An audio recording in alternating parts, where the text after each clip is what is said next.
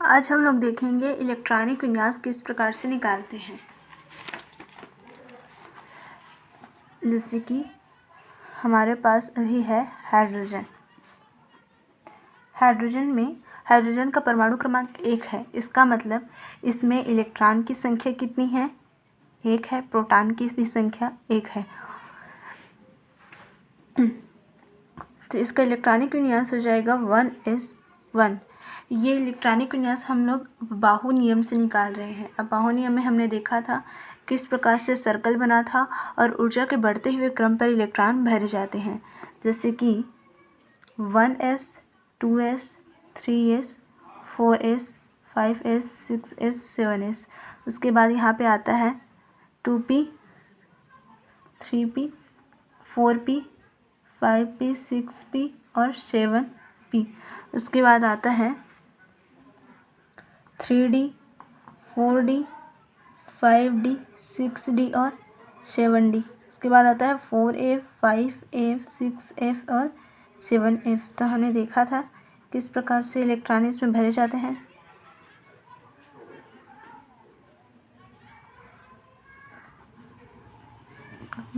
One two to three 1s2 किस प्रकार से होता है? क्रम ऐसा होता है।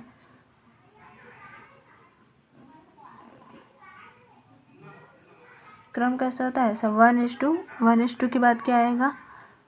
2s2, 2s2 के बाद 2p6, 2p6 के बाद 3s2, 3s2 के बाद 3p6, 3p6 के बाद 4s2, 4s2 के बाद इधर की तरफ 3d10, 3d10 के बाद 4p6, 4p6 के बाद 5s2, 4p6 के बाद 5s2। तो 1s2 ये क्रम किस प्रकार होता है? इस प्रकार 1s2, 2s2, 2p6, 3s2, फिर ऐसे करके जाएंगे। फिर ये तीर के निशान ऊपर की तरफ को दर्शा रहा है। तो इस प्रकार हाइड्रोजन के इलेक्ट्रॉनिक विन्यास 1s1 हो जाएगा, क्योंकि परमाणु क्रमांक 1 है तो हमें यहाँ पे 1 लिखना पड़ेगा। उसके बाद देखें हीलियम का, तो हीलियम का परमाणु क्रमांक 2 होता है। प्रोटॉन की संख्या हीलियम में 2 होती है, इसी कारण परमाणु क्रमांक भी 2। तो यहाँ इसमें क्या हो जाएगा? 1s2। उसके बाद देखें लिथियम का, तो लिथियम का परमाणु क्रमांक 3।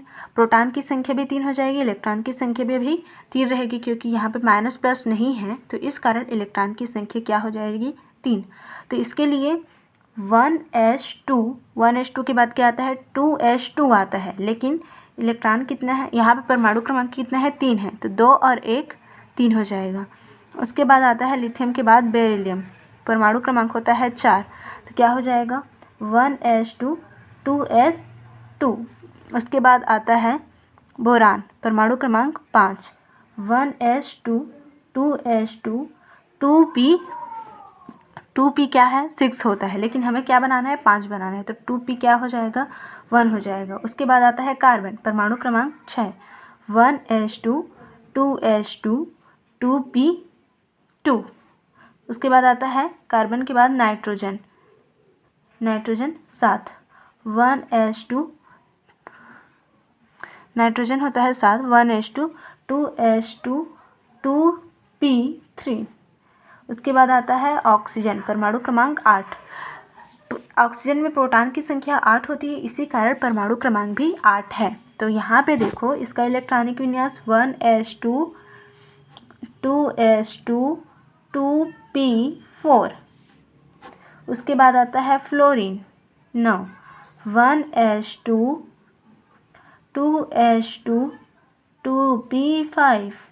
उसके बाद आता है नियान 10, कितना हो जाएगा? 1s2, 2s2, 2p6। यहाँ पे देखो इसमें इस ब्लॉक में टोटल 2 इलेक्ट्रॉन भरे जाते हैं। और ये ही इसका बाहरी कक्ष है। इसके बाद कोई भी यहाँ पे कक्षक नहीं दर्शाया है। तो इसकी संयोजकता क्या है, तो इसका ऑक्टेट क्या है, इसका द्विक क्या है, पूरा है। इसमें 2 इलेक्ट्रॉन भरे जाते हैं और 2 इलेक्ट्रॉन भरे ही है तो पूरा है। और इसके बाह्यतम कक्ष में देखो, पी ब्लॉक में 6 इलेक्ट्रॉन भरे जाते हैं और यहाँ पे पी में टोटल कितने इलेक्ट्रॉन है, 6। तो इसका भी क्या है, ऑर्बिटल कक्षक पूरा है। तो ये दोनों अक्रिय गैस के सदस्य हैं, क्योंकि इसका बाहरी कक्ष में कितने इलेक्ट्रॉन है, 6, और पी में हमें पता है 6 इलेक्ट्रॉन ही भरे जाते हैं। इसमें कितने इलेक्ट्रॉन भरे जाते हैं, 2, और ये ही क्या है, इसका बाहरी कक्ष। इसके बाद कोई भी कक्षक यहाँ पर दर्शाया गया नहीं है। तो ये दोनों अक्रिय गैस के तत्व हैं।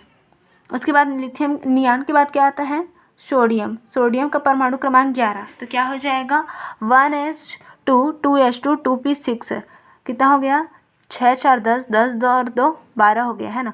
तो 1s2 2s2 2p6 3s1 6 6 7 8 9 10 और इसमें एक आएगा तो 11। तो इसको देखते हैं, 1s2 2s2 2p6 3s1 हो गया। उसके बाद देखें मैग्नीशियम का, तो मैग्नीशियम का परमाणु क्रमांक 12 होता है। कितना हो जाएगा, 1s2 2s2 2p6 3s2। तो इस प्रकार से बढ़ता जाएगा ये आगे भी, इस क्रम में आपको भरते जाना है। इसको आप बना लेना, 1s2 2s2 2p6 3s2 3p6 4s2 3d10 4p6 5s2। 5s2 के बाद क्या आएगा ये बताइए, इधर की तरफ फिर से जाएंगे, इधर की तरफ जाएंगे। क्रम क्या है, इस प्रकार है, मतलब नीचे से ऊपर की तरफ ऐसे करके हमें आना है ना, ऐसे करके। तो 5s के बाद 4d10 4d10 के बाद 5p6 5p6 के बाद 6s2। अगर नहीं लिखे हो तो लिख लो जल्दी। उसके बाद 6s2 के बाद क्या कहाँ जाएगा, ये पुनः ऐसे करके जाएगा, फिर से ऐसे आएगा। 6s के बाद 4f14, उसके बाद 5d10, उसके बाद 6p6 7s2, उसके बाद फिर से जाएगा ये इधर की तरफ। ठीक, तो इतना 7s तक तो लिख ही लेना। 1s2 2s2 2p6 3s2 3p6 4s2 3d10 4p6 5s2 4d10 5p6 6s2 4f14 5d10 6p6 7s2। ठीक, और इसी क्रम पर इलेक्ट्रॉन भरते जाएंगे। ठीक है, अब यहाँ पे इलेक्ट्रॉन देखो किस प्रकार भरे हैं। यहाँ पे देखो जो सामने में लिखा है, जो सामने में लिखा है 1, ये हमारा आवर्त को दर्शाएगा और ऊपर वाला वर्ग को दर्शाएगा। ठीक, अच्छा, इसको हम लोग तत्वों के आवर्ती वर्गीकरण में देख लेंगे। हाँ, तो आप इसमें इलेक्ट्रॉनिक विन्यास किस प्रकार से निकालते हैं इसको सीख लीजिएगा, 1s2 2s2 इसको। ठीक है, यहाँ से मैग्नीशियम तक मैंने बताया है और आगे भी ऐसे इसी तरह से बनेगा। अब मैं यहाँ पे कुछ अपवाद के बारे में बताती हूँ, अपवाद किस प्रकार से होता है। इतना तक तो सिंपल है, 20 तक क्या है, सिंपल है आपका इलेक्ट्रॉनिक विन्यास निकालना। उसके बाद जैसे जैसे आगे बढ़ते हैं क्या होता है, अपवाद के रूप में हमें कुछ तत्वों के बारे में पता चलता जाता है, तो उसी को देख रहे हैं। चलिए, तो सबसे पहले यहाँ पे देखेंगे हम लोग क्रोमियम का। क्रोमियम जिसका परमाणु क्रमांक 24 होता है, इसका इलेक्ट्रॉनिक विन्यास हम लोग किस प्रकार से लिख सकते हैं, 1s2 2s2 2p6 3s2 3p6 कितना हो गया, 6 4 10 10 2 12 12 6 18 18 और 2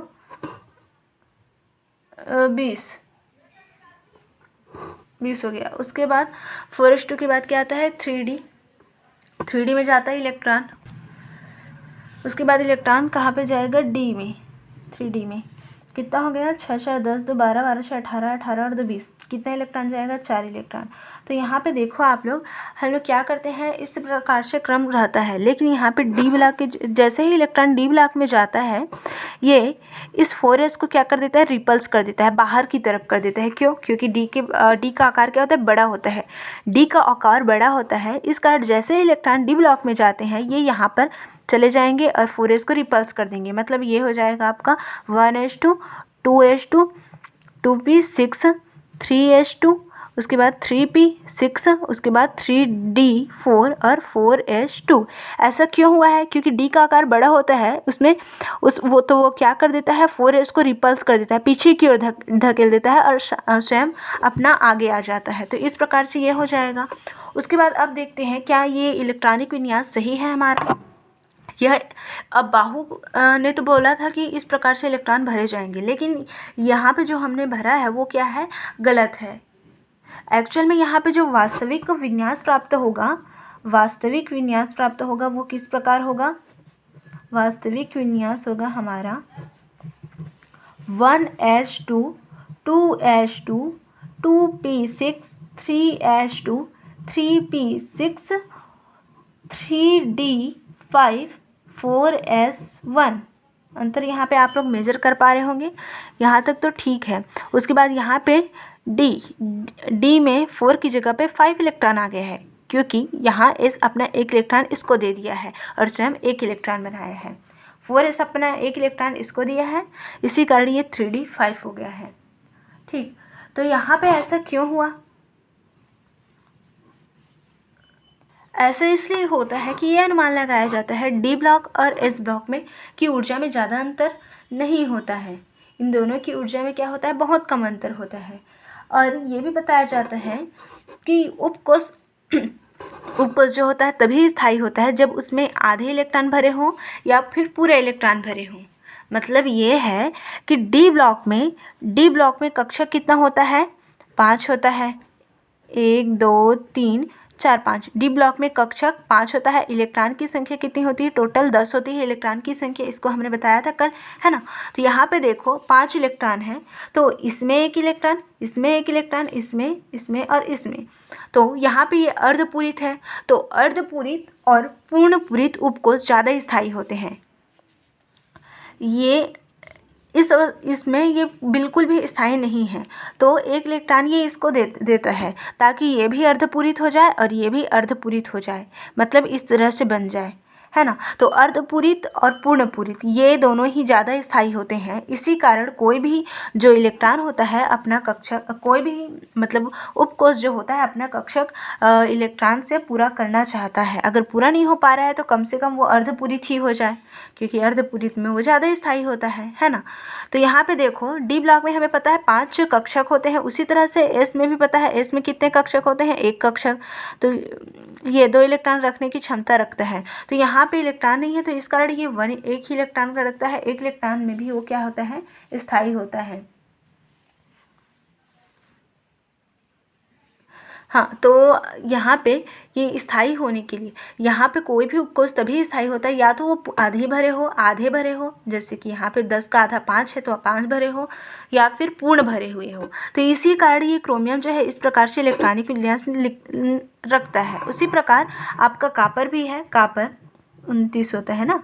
इसका इलेक्ट्रॉनिक विन्यास क्या हो जाएगा, 1s2 2s2 2p6 4s2 1s2 2s2 2p6 sorry 3s2 3p6 आएगा, 3s2 3p6 4s2 और 3d कितना आएगा, 6 4 10 10 और 2 12 12 और 6 18 18 तो 20 20 और 9 29। ठीक है, तो यहाँ पे हमने बताया कि ये डी ब्लॉक जो है 4s को रिपल्स कर देगा, क्योंकि इसका आकार क्या होता है, बड़ा होता है, साइज़ बड़ा होता है। तो 1s2 2s2 2p6 3s2 3p6 और ये वास्तविक है ना। तो वास्तविक में क्या हो जाएगा, यहाँ पे D तो पहले आएगा, 3D पहले आएगा, उसके बाद 4s आएगा। अब यहाँ पे भी सेम वही केस होगा। यहाँ पे D में 10 इलेक्ट्रॉन होते हैं और कक्षक कितना होता है, 5। या तो वो अर्धपूरित हो या फिर पूर्णपूरित हो। तो इसको हम लोग क्या करेंगे, ये D जो है इससे 1 इलेक्ट्रॉन ले लेता है, तो इसमें 10 इलेक्ट्रॉन आ जाएगा और S में 1 इलेक्ट्रॉन बचेगा, क्योंकि अर्धपूरित या फिर पूर्णपूरित ही स्थायी होते हैं। बाकी यहाँ पे जो बहुत कम भरे होते हैं वो क्या होते हैं, स्थायी नहीं होते हैं। तो इलेक्ट्रॉनिक विन्यास का क्रोमियम का इस प्रकार होगा और कापर का इस प्रकार होगा। ठीक है, उसके बाद कुछ और अपवाद हैं जो ये है अपवाहु नियम के अपवाद ना। उसके बाद है आपका इसी तरह से और भरा जाएगा मॉलिब्डेनम में भी इसी तरह का भरा जाएगा। अगर वो लास्ट में जैसे कि मॉलिब्डेनम के लास्ट में 4d4 आता है, ठीक है, लास्ट में 4d4 आता है, तो इलेक्ट्रॉन जिस तरह से यहाँ पे 3d4 आया था तो उसमें लास्ट में 4d4 आएगा, तो वो अपना एक इलेक्ट्रॉन दूसरे से ले लेता है ताकि वो अर्धपूरित हो जाए। अर्धपूरित पूर्णपूरित ही ज़्यादा स्थायी होते हैं। उसके बाद अपन लोग बात करें पैरिडियम की, तो पैरिडियम क्या होता है, pd और इलेक्ट्रॉनिक परमाणु क्रमांक जो होता है 46। तो इसका इलेक्ट्रॉनिक विन्यास की बात करें तो क्या हो जाएगा, 1s2 2s2 2p6 3s2 3p6 1s2। हाँ, उसके बाद तो इसको मैं बार बार नहीं लिखूंगी क्योंकि यहाँ पे क्या हो रहा है, फिर से रिपल्सन करेगा। डी जैसे ही इलेक्ट्रॉन डी ब्लॉक में जाते हैं वो क्या कर देते हैं, 4s को रिपल्स पीछे की तरफ धकेल देते हैं, तो यहाँ पे भी वैसे ही हो जाएगा। तो यहाँ पे मैं फिर से 3d को लिख लेती हूँ डायरेक्टली। उसके बाद आएगा आपका 4s, 3d के बाद आएगा 4s, 4s के बाद आएगा, यहाँ पे पूरा पूरा भरा जाएगा 4p6। उसके बाद आएगा फिर से मतलब एक्चुअल में आएगा 5s, लेकिन यहाँ पे 5s आता है, उसके बाद आता है 4d, है ना। यहाँ पे जो सर्कल बनाया था हमने अब बाहु नियम, उससे आप लोग देख लो।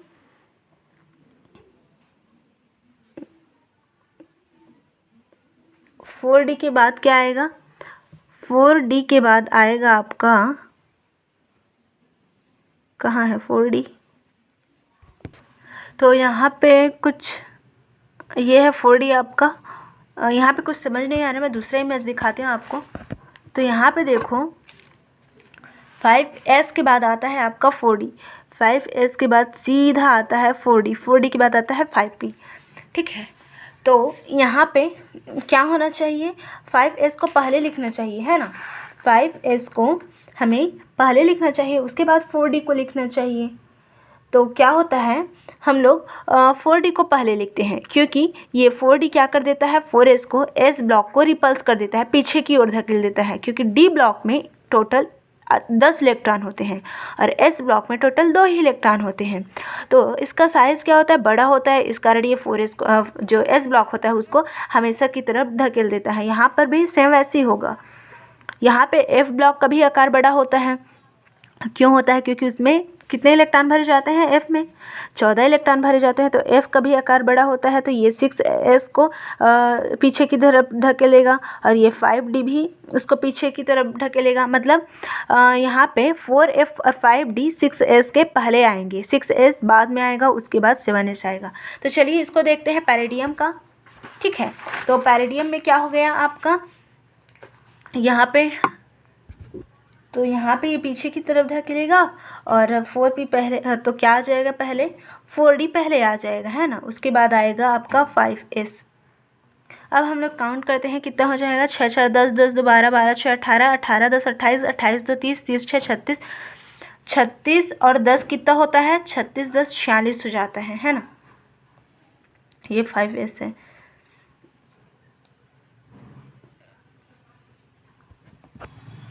हाँ, तो यहाँ पे देखो इलेक्ट्रॉन तो इसी तरह से भरा जाएगा, पहले इलेक्ट्रॉन 4s में जाएगा, उसके बाद d में जाएगा, है ना।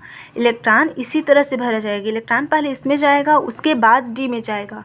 लेकिन जैसे ही d में चला जाएगा इलेक्ट्रॉन, चाहे वो 1 हो 2 हो 3 हो, जैसे ही d में चला जाएगा बस उसको आगे लिखेंगे, लेकिन इलेक्ट्रॉन हमेशा इसमें पहले भरा जाएगा। हम लोग बस इसको उठा करके यहाँ पे लिख देते हैं, है ना। तो यहाँ पर भी वैसे ही होगा, यहाँ तक 6 के बाद इसमें 2 इलेक्ट्रॉन भरे जाएंगे, उसके बाद जो इलेक्ट्रॉन बचेगा वो इसमें भरा जाएगा, क्योंकि ये बस अपनी जगह को चेंज किया है, ना कि इलेक्ट्रॉन भरने के क्रम को चेंज किया है। बस ये अपना पोजीशन को यहाँ से यहाँ ले आता है, ठीक है। तो 6 4 10 और 2 12 12 6 18 18 10 28 28 और 30 हो गया, 36 हो गया, 38 हो गया, 38 और कितना इलेक्ट्रॉन बच गया, यहाँ पे हम लोग किसका देख रहे हैं, पैलेडियम का। कितना हो गया था यहाँ पे आ जाएगा आपका 8, ठीक। तो समझ में आ गया। यहाँ पे भरना ऐसी है, भरना कैसी है, हाँ एस में इलेक्ट्रॉन पहले जाएगा, उसके बाद डी में जाता है हमेशा, चाहे वो 3D हो 4D हो कुछ भी हो, ठीक है। तो यहाँ पर भी हमने इसको उठा करके बस यहाँ पे रखा है, उसी तरह से यहाँ पे रहना चाहिए उसको हमने यहाँ पे रख दिया है, ठीक है। तो इस तरह से यहाँ पे देखो ये है, लेकिन ये क्या है, गलत है ना। तो यहाँ पे क्या हो जाएगा, यहाँ से मतलब कोई भी कोष जो होता है अर्धपूरित होना चाहता है या फिर पूर्ण पूरित। तो यहाँ पे जो पैरेडियम में डी जो है आपका उपकोष वो एस से 2 इलेक्ट्रॉन को ले लेगा और स्वयं क्या बना लेगा, 4D10 बना लेगा और 5s ये बना लेगा, 0 बना लेगा। तो आप लोग इसको लिखिएगा क्या हो जाएगा। तो इसका इलेक्ट्रॉनिक विन्यास 1s2 2s2 2p6 3s2 3p6 3d10 4s2 4p6, उसके बाद है 4d10, उसके बाद 5s0, ठीक है। इसको हटा करके आपको इसको डालना पड़ेगा, ठीक है। तो इस प्रकार ये इलेक्ट्रॉनिक विन्यास है, इसको आप लोग और अच्छे से बनाइएगा। और जो आपका सिल्वर है, ठीक है, सिल्वर में भी इसी तरह से इलेक्ट्रॉनिक विन्यास भरे जाएंगे, इसको आप लोग देख लीजिएगा। अर्धपूरित होता है, अर्धपूरित बनाने के लिए ही हम लोग एस से उसमें इलेक्ट्रॉन को लेते हैं, ठीक है। तो ये कुछ अपवाद हैं अबाहु नियम के, इसको आप लोग देखिएगा। और इलेक्ट्रॉन किस प्रकार से भरे जाते हैं आपके बुक में भी दिया है, इसको आप लोग बनाइएगा। कम से कम आप लोग 50 तक तो बनाइएगा ही, ठीक है। तो यहाँ पे जो इलेक्ट्रॉन है वो कल मैंने बताया था, एस ब्लॉक में 2 इलेक्ट्रॉन भरे जाते हैं, पी ब्लॉक में 6 इलेक्ट्रॉन भरे जाते हैं, डी ब्लॉक पे 10 इलेक्ट्रॉन भरे जाते हैं और एफ में 14 इलेक्ट्रॉन भरे जाते हैं। और यहाँ पे मैंने बताया है कि 5s में इलेक्ट्रॉन मतलब जिस क्रम में था वैसे ही क्रम में इलेक्ट्रॉन भरेंगे, बस यहाँ पे वो अपना जगह को चेंज किया है। इलेक्ट्रॉन पहले इसमें ही भरे जाएंगे, उसके बाद इसमें भरे जाएंगे, है ना। तो जैसे इसमें भरे जाते हैं वो अपना जगह को क्या कर देता है, चेंज कर लेता है। 4s को जो एस ब्लॉक है उसको पीछे की तरफ धकेल देता है। इस वीडियो को इलेक्ट्रॉनिक विन्यास को एक बार फिर से अच्छे से देखिएगा और बनाइएगा। तो अब हम लोग आगे बढ़ते हैं और देखते हैं चैप्टर 3, तत्वों का वर्गीकरण एवं गुणों में आवर्तिता, classification of elements and periodicity in properties, ठीक है। तो क्या है तत्वों का वर्गीकरण और क्या है उसकी आवर्तिता, उसको यहाँ पे देखते हैं। तत्वों के वर्गीकरण की आवश्यकता क्यों है, क्यों हम लोग तत्वों का क्लासिफिकेशन करते हैं, क्यों उसको सारणी में रखते हैं, ठीक है। तो 17वीं शताब्दी के अंत तक कुछ ही तत्वों का ज्ञान था, ठीक है। उसके बाद जैसे जैसे समय बीतता गया, 18वीं से 19वीं शताब्दी में बढ़ता गया, तो तत्वों की वर्गीकरण और तत्वों की खोज ने गति पकड़ी। तब नए नए तत्वों की अधिक मात्रा में खोज की जाने लगी। जैसे जैसे तत्वों की संख्या बढ़ती गई वैसे वैसे इनका विधिवत तथा सुनियोजित अध्ययन के लिए, मतलब उसका अध्ययन किस प्रकार से करें, इसे मतलब उसका अध्ययन जो है हम लोग एक सुनियोजित व विधिवत रूप से कर सके, क्योंकि इतने सारे तत्व हो गए थे कि उसको एक एक का हम लोग क्लासिफिकेशन, एक एक का हम लोग वर्गीकरण क्या है, एक एक के गुण क्या है, एक एक की किस प्रकार से यौगिक बनाते हैं, इस सब के बारे में एक एक करके हम लोग जान नहीं सकते, क्योंकि तत्व अभी वर्तमान में 118 है और तत्व की संख्या भी बढ़ती जा रही है दिन ब दिन, है ना। तो इसका विधिवत अध्ययन के लिए क्या किया गया है, इसको एक सारणी में रखने की आवश्यकता महसूस की गई। जैसे कि यहाँ पे देखो, जैसे जैसे तत्वों की संख्या बढ़ती गई वैसे वैसे उनके विधिवत तथा सुनियोजित अध्ययन के लिए तत्वों को एक विशेष तरीके से समूहबद्ध करने की आवश्यकता महसूस की गई, ठीक है। समस्या जैसे जैसे तत्व बढ़ते गए ये समस्या उत्पन्न हुई कि इन तत्वों के बारे में हम लोग अच्छे से कैसे पढ़ पाएंगे, ठीक है। सबको अब एक एक उठा करके तो नहीं पढ़ सकते उसके बारे में, तो इसके लिए क्या किया गया, ये आवश्यकता हुई कि हाँ हम लोग तत्वों के एक ग्रुप में, एक वर्ग में रख देते हैं जिससे हम आसानी से उनके बारे में पढ़ सकते हैं। तो इस हेतु तत्वों के वर्गीकरण के प्रयास किए गए। अर्थपूर्ण प्रयास का श्रेय ऋषि वैज्ञानिक मेंडलीव को जाता है। बहुत से वैज्ञानिक ने तत्वों के वर्गीकरण के कुछ नियम दिए थे, सिद्धांत दिए थे और वर्गीकरण के रूप में रखा भी था, लेकिन जो वर्गीकरण में जो विशेष योगदान है मेंडलीव को जाता है, जिसने तत्वों के भौतिक और रासायनिक गुणों का गहन अध्ययन किया तथा आवर्त नियम को प्रतिपादित कर तत्वों का वर्गीकरण किया, ठीक है। मेंडलीव ने क्या किया, उन तत्वों के भौतिक गुणों को और रासायनिक गुणों दोनों को आधार मानकर उनका वर्गीकरण किया। तत्वों के भौतिक गुण मतलब उसकी फिजिकल प्रॉपर्टीज़ क्या है उसको देखकर मेजर करना, उसके बाद उसके रासायनिक गुण क्या है इसके बारे में भी मेजर किया और वर्गीकरण के लिए नियम दिए। तत्वों के वर्गीकरण की इस तालिका को आवर्त तालिका नाम दिया। मेंडलीव की इस आवर्त तालिका से तत्वों के गुणों के अध्ययन को सुगम बना दिया। ठीक है, आज भले ही हमारे पास आधुनिक आवर्त तालिका उपलब्ध है, ठीक है, फिर भी मेंडलीव के योगदान को हम लोग भुला नहीं सकते। ठीक है, आवर्त तालिका का ज्ञान तत्वों की ऐसी व्यवस्था है, आवर्त तालिका तत्व की एक ऐसी व्यवस्था है जो कुछ नियमों जैसे आवर्त नियम पर आधारित है, जिससे कि समान गुण प्रदर्शित करने वाले तत्व को एक ऊर्ध्वाधर स्तंभ में रखा गया है। आवर्त तालिका आप लोग देखोगे तो आपको समझ में आ जाएगा, उसमें समान गुणों वाले तत्व को एक वर्ग में, ठीक है, एक वर्ग में रखा गया है और असमान गुण वाले तत्वों को अलग अलग वर्ग में रखा गया है, ताकि अगर हम उस वर्ग के एक तत्व के बारे में जानते हैं तो उसमें जितने भी तत्व हैं उनके बारे में जान सकें। ये है आवर्त सारणी, उसमें समान गुणे वाले तत्वों को अलग अलग वर्ग में रख दिया गया है। जैसे कि यहाँ पे कुछ तत्व जो है समान गुण रख रहे हैं तो उन्हें इस वर्ग में रख दिया जाएगा, और इन तत्वों से कुछ तत्व क्या है असमान गुण रख रहे हैं तो इन्हें इन वर्ग में रख दिया जाएगा। इसी प्रकार से समान गुण वाले तत्व को एक ही क्या है वर्ग में रखा गया है, वर्ग ऊपर से नीचे आना है। ठीक है, तो अब क्या है, जैसे कि इस तत्व के बारे में, हाइड्रोजन के बारे में मुझे मालूम पड़ा है कि हाइड्रोजन क्या करता है, क्या काम करता है, तो मैं इस वर्ग में जितने भी तत्व हैं उनके बारे में पता कर सकती हूँ। ठीक है, ये है। तो अब हम लोग देखते हैं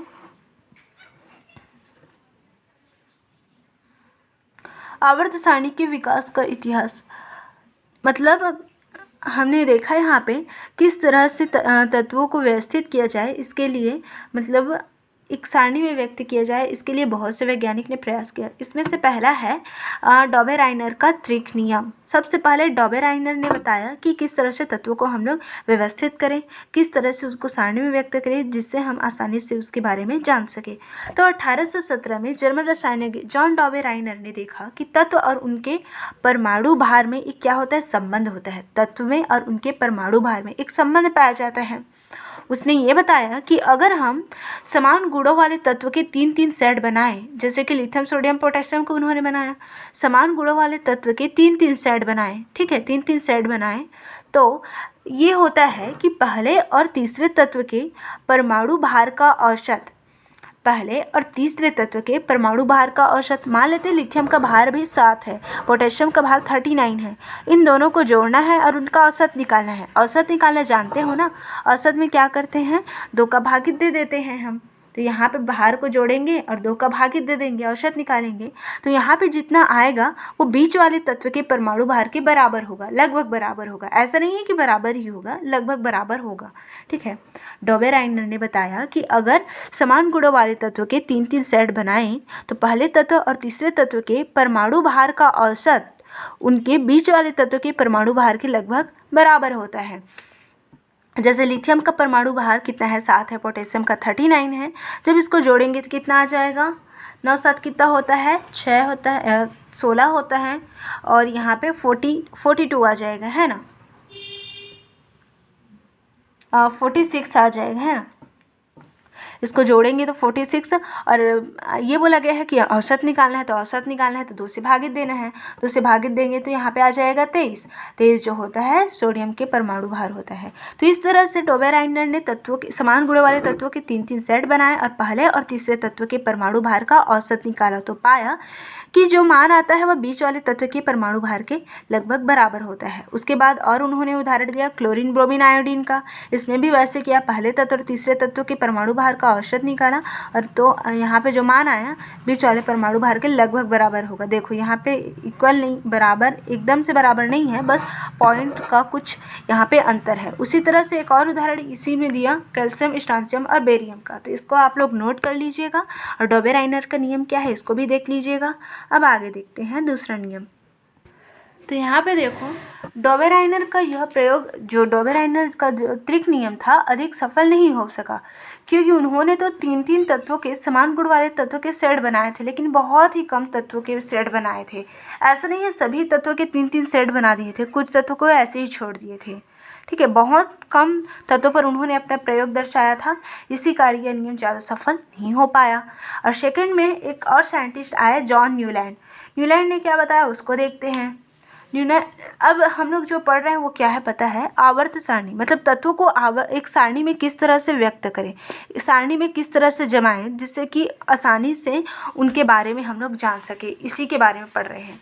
तत्वों को एक सारणी में व्यक्त किस प्रकार से किया गया, किस प्रकार से शुरुआत हुई, किस प्रकार से आधुनिक आवर्त सारणी आई, उसके बारे में देख रहे हैं। तो इसमें क्या है, न्यूलैंड का अष्टक नियम, यदि तत्वों को उनके बढ़ते हुए परमाणु भार के क्रम में जमाया जाए तो हर 8वां तत्व पहले तत्व से समानता रखता है। यदि तत्वों को उनके बढ़ते हुए परमाणु भार के क्रम में रखें तो पहला तत्व उनके 8वें तत्व से क्या रखता है, समानता रखता है। जैसे संगीत के 8वां स्वर पुनः दोहराया जाता है, मतलब 8वां स्वर पहले तत्व से, पहले स्वर से क्या रखता है, समानता। सा रे ग म प द नि और सा, फिर सा से फिर से स्टार्ट होता है ना, सा रे ग म प द नि सा नी ध प म ग रे सा, ऐसा होता है।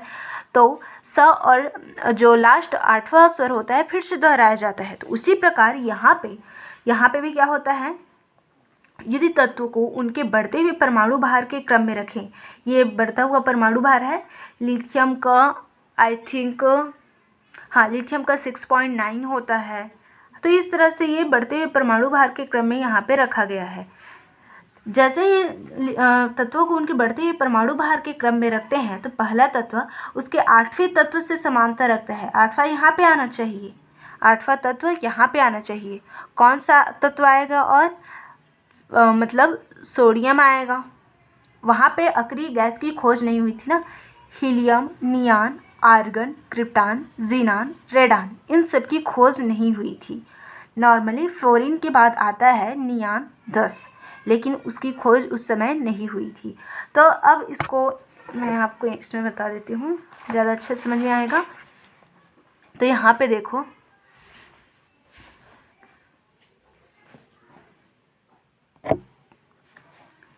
Lithium, beryllium, boron, carbon, nitrogen, oxygen और फ्लोरीन के बाद आता है यहाँ पे सोडियम। आपका नियान की खोज नहीं हुई थी, इस कारण इसको नहीं लिखे हैं, ठीक है।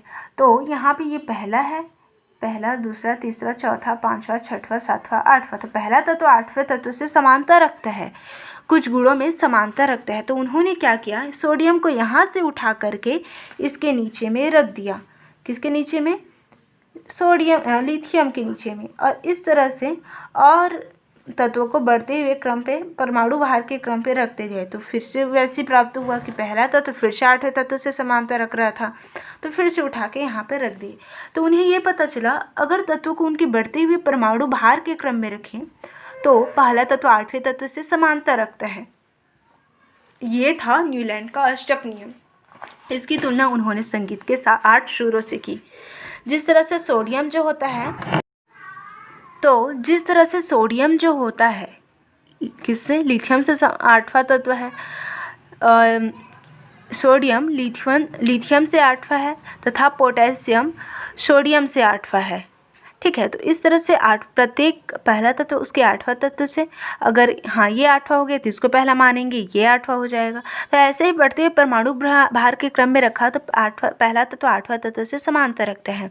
तो समानता रखता है, जो तत्व समानता रख रहे थे उन्हें एक वर्ग में रखते गए, ठीक है। तो इस तरह से बेरिलियम पहला, अगर इसको हम पहला माने तो पहला, दूसरा, तीसरा, चौथा, 5वां, 6वां, 7वां और 8वां। मैग्नीशियम बेरिलियम से समानता रखता है जो उसके ठीक 8वें नंबर पर था, तो इसको यहाँ पे रख दिया गया, ठीक है। मतलब इस तरह से पहला तत्व उसके 8वें तत्व से समानता रखता था, तो उन्हें एक वर्ग में रखते गए, ठीक है। और इस तरह से उन्होंने एक सारणी यहाँ पे व्यक्त की। इस तरह से आपका ये न्यूलैंड का अष्टक नियम ख़त्म होता है। उसके बाद आगे हम लोग देखेंगे कल लोथर मेयर की व्यवस्था।